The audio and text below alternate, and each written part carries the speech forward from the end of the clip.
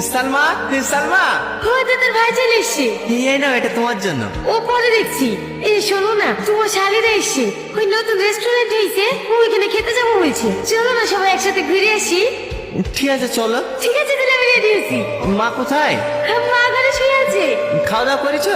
হ্যাঁ, সব করেছি। কে বাবু? হ্যাঁ মা। কখন আসলি? কখন আসলো মানে? আমি আবার বাড়ি এসে অন্য কোথাও যাই নাকি? আগে তো তোমার কাছে আসি। আমার পাগলা। এলো মা। কোথাও যাচ্ছি নাকি মধু? এই সাথীরা এসে মা আমার সাথে একটু বেড়াতে যাবে বলছে। তো যা, এই বাহানায় বৌমাকে নিয়ে একটু ঘুরে আসা হবে। লাও মা, ওষুধটা খেলাম। হ্যাঁ, কয় গো শুনছো? আসছি। হ্যাঁ বলো। হ্যাঁ, আমরা রেডি। ভালো আছেন ভাই? হ্যাঁ ভালো আছি। তোমরা 2 মিনিট দাঁড়াও, আমি জামাটা চেঞ্জ করে নিই। কি হলো ভাই, এক ভাই বোনের দিকে তাকিয়েছেন, একটু খাবারের দিকেও তাকান। কি করবো, দুটোই সুন্দর। আপনাদের আর কিছু লাগবে? বলো, আর কি খাবা?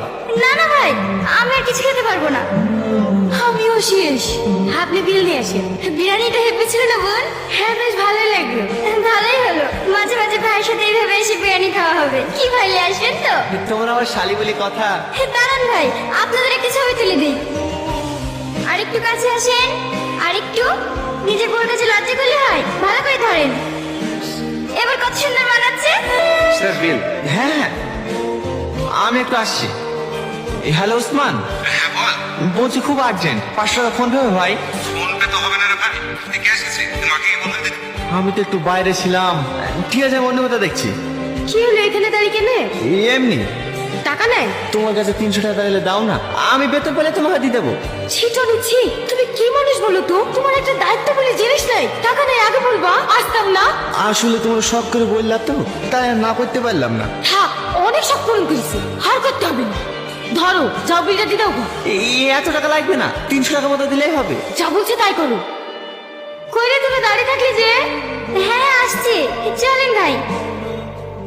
হ্যাঁ, যদি আমি টাকা না নিয়ে যেতাম তাহলে কি হতো? তোমার লেগে তো আমাদেরকে রেস্টুরেন্টে থালা বাসন মাজতে হতো। আমি বুঝতে পারিনি, কিন্তু তুমি বিশ্বাস করো, যেভাবে হোক আমি টাকা ম্যানেজ করে ফেলতাম। ম্যানেজ করে করে তো 4 বছর ধরে সংসার চালাচ্ছো। শুধু আমি বলে তোমার সাথে সংসার করছি। আমি জীবনে সব থেকে বড় ভুল করেছি, তোমাকে ভালোবাসি, তোমাকে বিয়ে। সারাদিন বাড়িতে কাঠের পুতুলের মতো পড়ে থাকবো, মাকে সামলাও, গা ধোয়াও, খাও। এছাড়া তো আমার জীবনে কিছু নয়। সকাল রাতের কথা বাদই দিলাম, একটু সত্য দিতে পারো? সালমা, হ্যাঁ আমি তো আপনার চেষ্টা করছি। যদি চাকরি না পাই তাহলে আমার কি করার আছে বলো? তোমার আবার কি করার থাকবে? তোমার কিছু করার মুরত আছে নাকি? মায়ের ওই 6,000 টাকা পেনশন পাবো বলে বাবা ভাত ওঠে, নাহলে তোমার বসে থেকে পথে নেতে। বাবু, আরে রে মা, তোমাকে কে বাইরে আসতে বললো? চলো ঘরে চলো। তোরা ঝামেলা করছিস? না না, ও কিছু না। ওষুধ খেয়েছো? না।